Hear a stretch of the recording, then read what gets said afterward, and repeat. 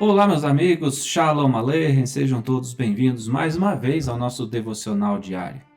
Uma das coisas mais evidentes ao analisarmos o livro de Josué é o seu estilo de liderança.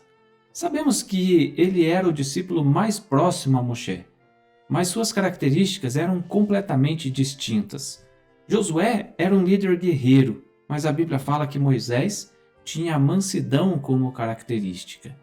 Não se trata de quem era melhor para Israel, mas de como Deus escolhe os líderes de acordo com a necessidade daquele momento para o seu povo.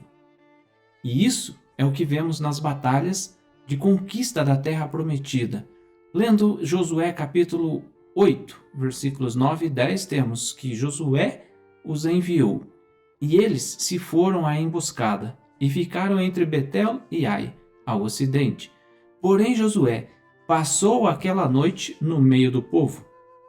Levantou-se Josué de madrugada, passou em revista ao povo, e subiram ele e os anciãos de Israel diante do povo contra Ai. Apesar de os tipos de liderança serem diferentes, há características comuns a quase todos os líderes. Por exemplo, o texto afirma que Josué passou a noite no meio do povo.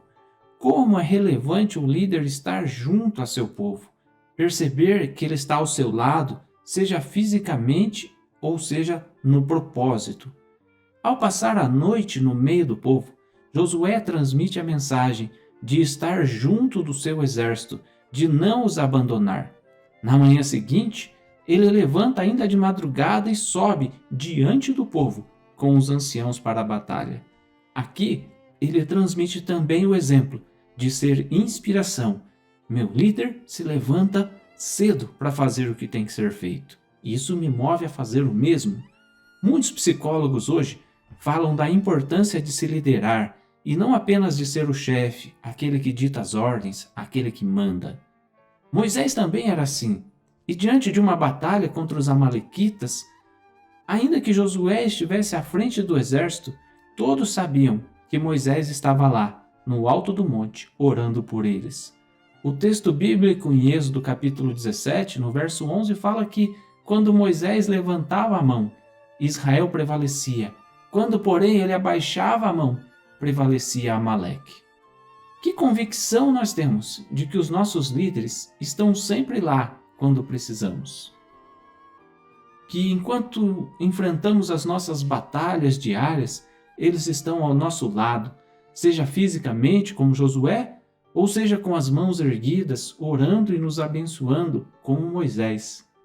Essas duas posturas nos ajudam a manter o ânimo para as batalhas constantes do dia a dia. Mas há uma outra característica muito forte nos verdadeiros líderes do povo de Deus. E Yeshua fala a respeito disso em João capítulo 10. A partir do verso 1 nós temos: em verdade vos digo, o que não entra pela porta no aprisco das ovelhas, mas sobe por outra parte, esse é ladrão e salteador. Aquele, porém, que entra pela porta, esse é o pastor das ovelhas. Qual a diferença? O que entra escondido, ele não tem boas intenções, mas o pastor, o real líder, ele entra pela porta da frente. Sabe por quê? Porque ele não tem do que se envergonhar, ele não tem o que esconder. Para este o porteiro abre, as ovelhas ouvem a sua voz, ele chama pelo nome as suas próprias ovelhas e as conduz para fora. Olha que verso relevante isso. As ovelhas ouvem e reconhecem a voz do seu líder, e ele chama cada uma delas pelo nome. Isso mostra relacionamento, desenvolver o relacionamento com o seu líder. E no verso 4, depois de fazer sair todas as que lhe pertencem, vai adiante delas, e elas o seguem, porque lhe reconhecem a voz.